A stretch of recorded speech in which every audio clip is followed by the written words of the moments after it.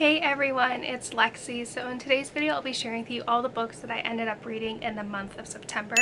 So September ended up being a tremendous reading month for me. I was able to read 7 books, which I'm very proud about, and 2 of them were quite big, so I'm very pleased without that. I feel like I finally have gotten out of my reading slump that I had in August, and I've just been reading a lot, which is awesome. They're kind of all over in terms of genre, which I think is good. It's very well-rounded reading month. So yeah, without further ado, let's get started. So starting out, this was a reread for me, and it was Lethal White by Robert Galbraith, and this is the 4th book in the Cormoran Strike series. And I like, my memory is really bad, but now it's something that I've been doing now for almost a year, is take notes while I read, and so this time around during my reread of this series in anticipation for the new one coming out, I took notes. So I remembered who the killer was in this one, but it was fun kind of reading it and picking up on the subtle clues that are dropped throughout the course of this novel. For those of you who don't know, this is a crime series that follows a private detective named Cormoran Strike and his partner Robin as they, solve crimes. This one was very interesting. I remembered bits and pieces of it, and I remembered who the killer was, but I still enjoyed it just as much as I did the first time around. I gave this a 4 out of 5 stars. It was a lot of fun. It was good to kind of have this refresher in my mind for when the new one came out later this month. But yeah, I just love this series, and I was happy that I reread them because I felt like it added to my reading experience and all of that stuff. Next, I ended up picking up Behold the Dreamers, and this was a book for that I'm reading in part of a book club for some of my lab mates at school. I didn't really know too much about it. I had high hopes going into it because I heard really great things about it, but this book really fell flat for me. So essentially the premise of the story, it follows this family who immigrated from Cambodia to New York City, and it follows their story of how the husband starts working as a chauffeur for a very rich and powerful family, and starting up, the themes in general I think were really important. It talks about the American dream, the immigration problem in America, and basically it draws a lot of parallels, I feel like, to The Great Gatsby in terms of just some of the themes that are talked about in there, in particular how the American dream is an illusion and it's unattainable. And I think this book did a good job at highlighting that and showing how the immigration system in America is almost kind of set up for people to fail. And I think it did a really good job in that case, but overall I did not like the story in here. I did not like the characters. It had a lot of problematic aspects in here. There was just not really good character development. Sorry, my mom just called, but essentially, as I was saying, there was unnatural character development that just came out of nowhere for a lot of the characters. One of the problematic aspects is how one of the main characters, the woman, treats other women and talks to them. I had a lot of problems with. I think the intention of this novel is very well and some of the themes that it talked about, but I just did not like the execution. I didn't like the characters, and as I said, there's a lot of problematic aspects to it. So I gave this one a 1 out of 5 stars. I didn't like it. I had high hopes for it, but it just disappointed me. Next, I ended up picking up the Tales and Teacup book club picks for the months of September and October, which was The Vanishing Half by Bennett. So many of you participated in the Goodreads discussion this time, and I was super excited for that, so thank you for everyone who's done that. We had a lot of good discussion about this book, and as of recently, since this book came out, it's been getting a lot of love here on BookTube and Goodreads, and it's well deserved. Essentially, the premise of this story, it follows 2 twin sisters who grow up in a town that's very much racist, essentially, and so there is this hierarchy amongst the Black community, and those people that are lighter colored are treated better than those that are darker. And so when these twins are old enough, they end up running away to New Orleans to start their new life, but one twin ends up abandoning her sister, and she lives a life of where she can pass as a white person, and so it follows her story of how she basically lies about her racial identity in order to live a white life. And the other sister has ends up in an abusive relationship, and it talks about the story of these sisters over the course of 3 decades, and then their daughters as well. I think this book is very important. It deals with a lot of important themes and how so much of how we define who we are is based on a social discourse that doesn't exist at all, and that is race. And it shows how much that, you know, can really influence a person's life.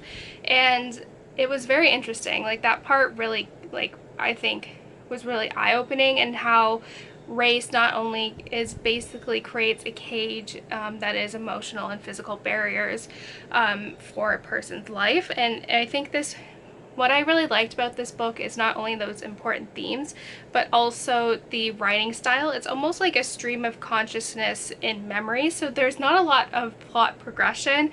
The plot is progressed through kind of like memory and things that have happened in the past. And so that was really interesting. It was a very unique writing style, I thought.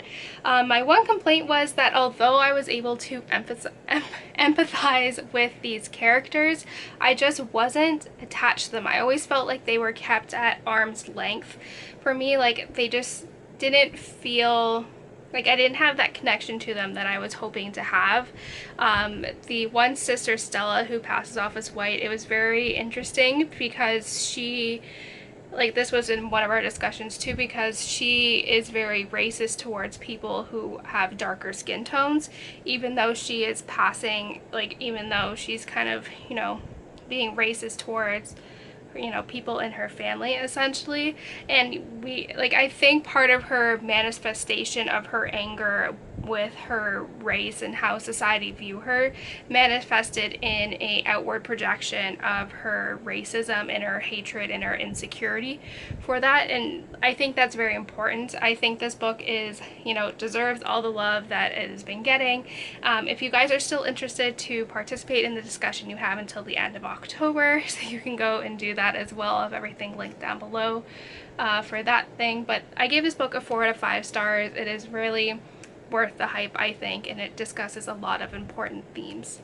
Hello, so this is Editing Lexie, and I realized that I forgot to mention one of the books, but it was COVID 128, which was a short story written by Marissa Meyer about how the Lunar Chronicle characters would be handling like quarantine and that. And it was a quick 15-minute read, and it was just really cute. I liked seeing how all the characters would be handling this situation, and it emphasized the importance of, you know, wearing a mask, social distancing, hand washing, which is important, I think, for the younger readers. But it was just a cute, you know, little read. I liked how they kind of tied in some of the pop culture phenomenons that have come out of quarantine, like Tiger King. I've never seen it, but I liked like the references to it because I know everyone went crazy for it when it came out, like kind of right when quarantine was starting. So it was just a nice quick read. I just like saw someone read it on Goodreads and I was like, oh, I didn't even know they did that. But yeah, you can read it online on like Fierce Reads, or yeah, Fierce Reads I think it was. But if you find it on Goodreads, you can just click the link on the page. But it was just a quick, you know, I wasn't something that I just happened to stumble upon, and it was just a nice read. I like how it, like, seeing these characters and their different personalities in this like similar situation that we are in now. So yeah, that was just another fun one as well. Pardon the mess, we are partly renovating the basement, like that area is done over there, like the one office area is done, but the rest we're working on, so there's some stuff going on, so I apologize for the mess. But yeah, I've read that one as well, so I gave that one a 4 out of 5 stars. Next, I ended up finishing The New Jim Crow by Michelle Alexander, and this is a non-fiction read, and it essentially talks about how the mass incarceration system of, you know, African Americans in the US is the new form of slavery. So it's a way we can strip the rights of the people that are in prison. They can't vote, you know, they can't have a job, like they have no autonomy anymore. And it wasn't really, like, this was very eye-opening, and a book that I had to read in slow doses essentially, because it's very hard and difficult subject matter, as it should be, and so you kind of have to, you know, ease your way into it. It's very heartbreaking to see how, you know, when slavery was abolished, how white people set up all these systems to kind of reinforce the slavery, you know, limitations that were placed on Black people, and how currently right now it is the prison system, which is very eye-opening. I learned a lot from this. Like I said, it's heavy subject matter, as it should be, but it's very educational. My biggest complaint was that I felt like it was very repetitive after a point. Like she just kind of, it got to the point where I felt like she was just beating me over the head with like the same stuff over and over again. So it was a bit on the repetitive side, but I think this is a very important book to read, especially now. So like I said, gave this a 4 out of 5 stars. It's not as written as accessibly as White Fragility is. This one has more of a, it felt like more like a dissertation than anything else. It's more kind of academically written. So it's not, you know, I think some people will have a hard time kind of getting into it, but it's a very important read that I think everyone needs to be aware of. Next, I ended up picking Troubled Blood by Robert Galbraith, or J.K. Rowling, which was the newest installment of this series, and there has been a lot of controversy surrounding this book, especially with the transphobia that has kind of come out for J.K. Rowling and just her very harmful statements that have been made. Part of the issues surrounding this and why it's been labeled as transphobic is because the serial killer in this one would sometimes dress in the clothes of the women he kills. This book does not exist in a vacuum. The author, with her history, like, I can't say if it's transphobic. Like, I am not someone who can say if this is harmful to that community. Only that person has the right to say if they view this as harmful. So I just want to preface with that.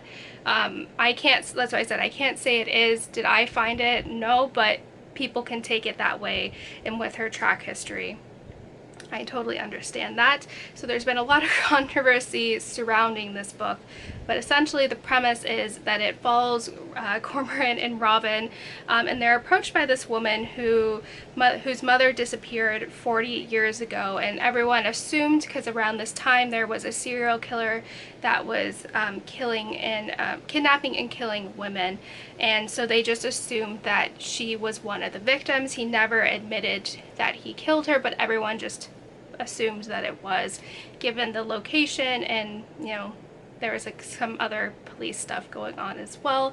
And so this one was different than the other 4, as it was a cold case, and by cold case, by like 4 decades, and I think it made this book very fresh and interesting and different. There's also a ton of character development in terms of Strike and Robin as well. This book focuses on that as well, and it is very hefty. It's 927 pages.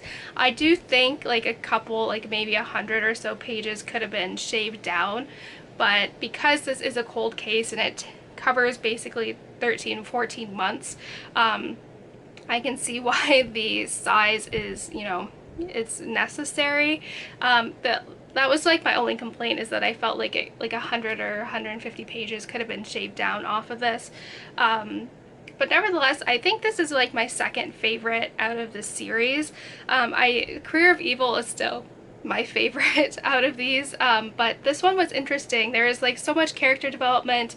It was just very different, and it, like, you're trying to figure out like what happened, because the police officer beforehand was kind of going through severe mental health issues, and so his notes are kind of all over the place, and you get like little snippets of those notes, and it was trying to piece it together, and I didn't guess who the killer was in this one, which was a lot of fun. So yeah, I really enjoyed this one. Like I said, I think this is my second favorite out of the series. I gave this a 4.5 out of 5 stars. Like I said, the length was the biggest problem, but yeah, very interested. I was very happy to read this, and yeah, it was a lot of fun. And to finish out the month, I ended up reading The Last Agent by Robert Dugoni, and this is the second book in the Charles Jenkins series, I am assuming, because it did end on a cliffhanger. So because this is the second book in the series, I can't discuss too much about the plot in this one, but in general this series follows a former CIA operative named Charles Jenkins, and in the first book he's approached by one of his former bosses in the CIA, and in Russia there were women known as the Seven Sisters who were spying on the Russian government for the CIA, and someone is releasing the names of those people and they're getting murdered. So Charles is approached to find out who is the eighth sister, the person who is giving those names to it, and it kind of goes off from there. This one deals with the aftermath of the first book, and he is approached by someone in the CIA to help find someone that helped save his life in the first book, and it kind of goes off from there. This one was super fun and suspenseful. I'm not like, this is very much stepping outside my reading comfort zone, because I usually I don't even really like spy movies or anything, so this is like stepping outside my comfort zone, but I do like this author. He writes the Tracy Crosswhite series, so I was curious to pick this one up. I do like his writing, and this book was just as suspenseful, if not more, than the first one. It's a very good game of cat and mouse because you get the perspective of Charles when he's in Russia, and then you get the perspective of the Russian agents who are trying to catch him, and it's just super suspenseful and fun. Like, it hits the ground running. The chapters are fairly short, so it's a very quick read. Like, I read the last 250 pages in one day, and it's just very fun. Like, I never really read anything like this, but it's just a lot of fun, and it was really suspenseful. So if you're looking for something, different, that, is a quick read, that's suspenseful, just keeps you on your toes and you can get the adrenaline running, then this is the book for you, or this series. So if you're looking for something, I highly recommend this one. It was a lot of fun, and I gave this a 4 out of 5 stars. So that's it, guys. I hope you guys enjoyed this video. Let me know in the comments below what some of the books you read this month were, and all of that fun stuff. So yeah, thank you guys so much for watching. Don't forget to give this video a thumbs up, and I will see you guys next time. Bye, guys.